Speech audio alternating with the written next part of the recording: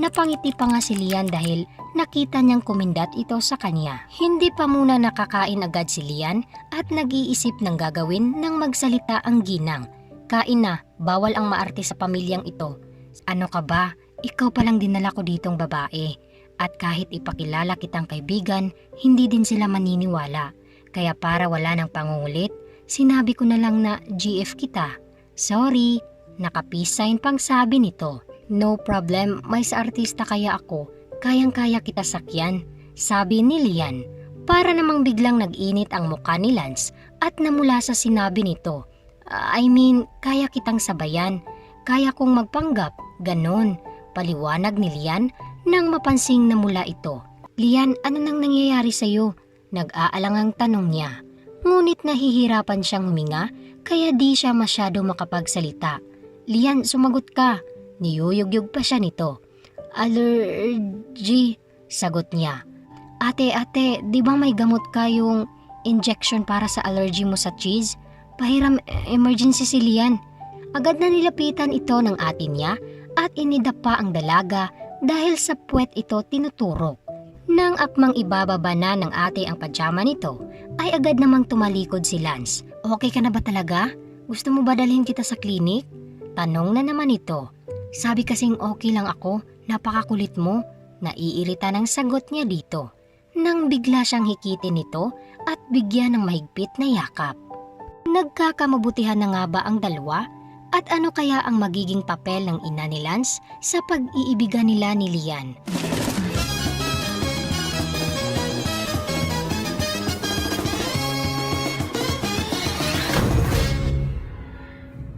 Nabigla si Lian sa ginawang aksyon ni Lance.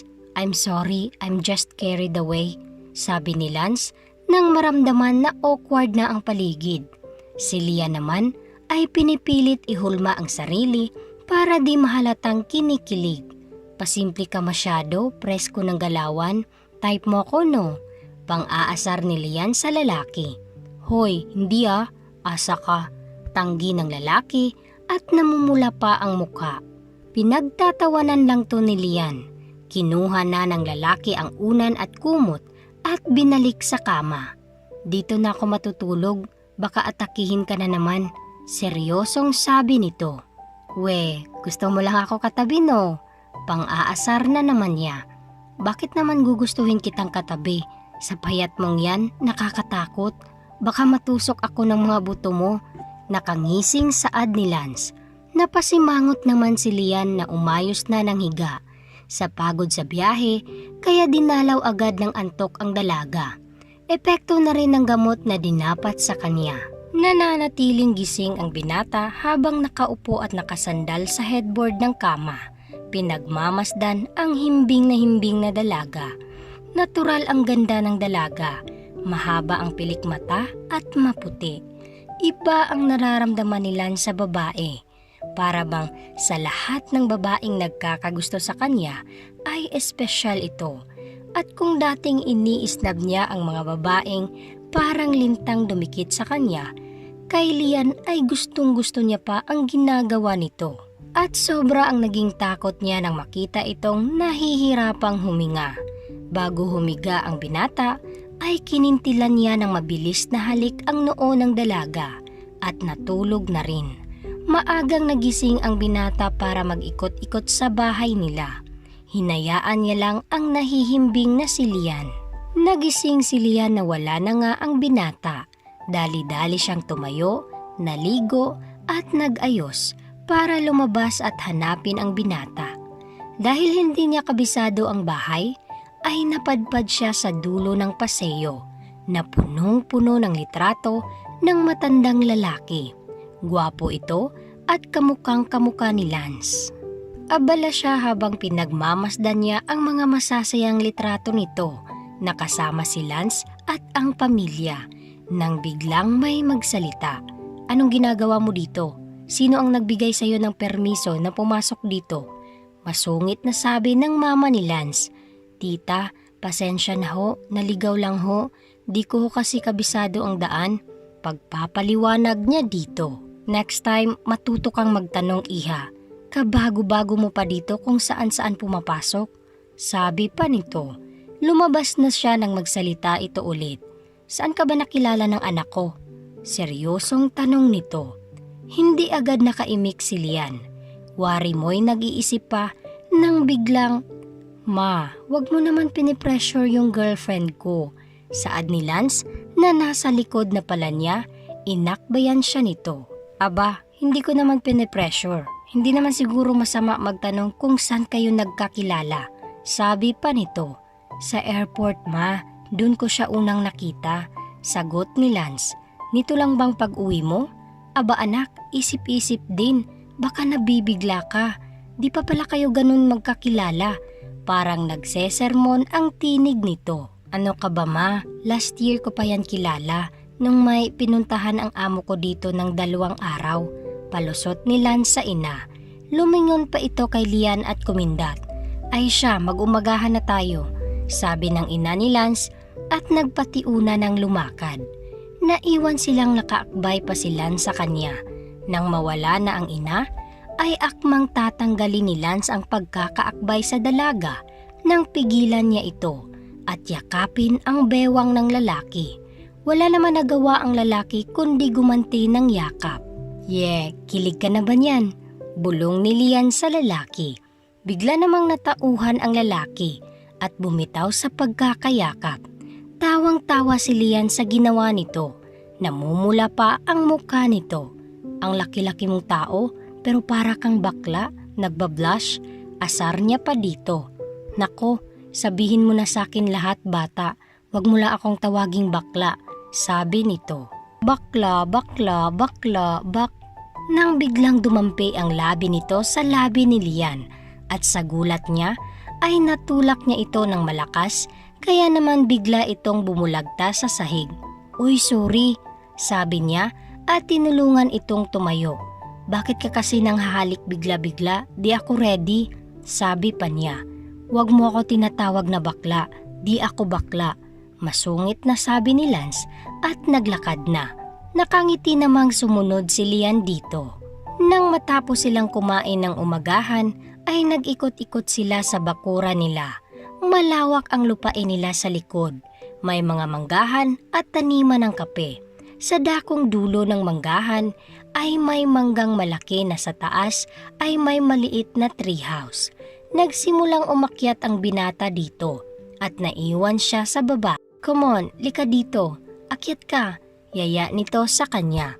Hindi na nagdalawang isip si Lian at umakyat na rin. "Baka malugso ito, masyado ka nang malaki para dito." Sabi niya. "Hindi naman siguro." Sabay sabi nito at umupo sa tabi niya. Bali nasa terrace sila nito at nakalawit ang mga paa. Nakikita nila ang mga trabahante sa manggahan. Ang iba ay nagha-harvest at ang iba naman ay naglalagay ng bunga ng mangga sa malaking buslo. "Masarap at masagana pala ang pamumuhay nyo dito. Di mo na kailangan magtrabaho kila Kuya Hakim." Biglang banggit niya.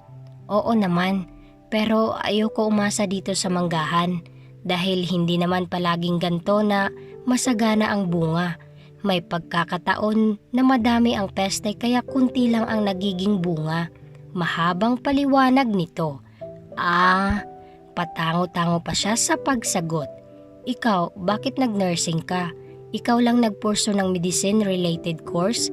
Biglang tanong nito. Sa totoo lang, gusto ko talaga mag-flight attendant. Kaso medyo nabaliw ako sa pag-ibig. Kumuha ng medicine yung ex ko, kaya napag-isipan ko din mag-nurse. Para naman matanggap ako ng magulang niya na puro doktor." Pag-amin niya. Hindi sumagot ang binata. At wari mo'y naghihintay pa ng kasunod niyang sasabihin. "Kaso yun nga, ginago naman ako. Hindi ko na rin naisipang mag-chef kasi love ko na rin yung course." Dugtong niya. "Ikaw, bakit di ka pa nag-aasawa or kasintahan?" Tanong niya dito.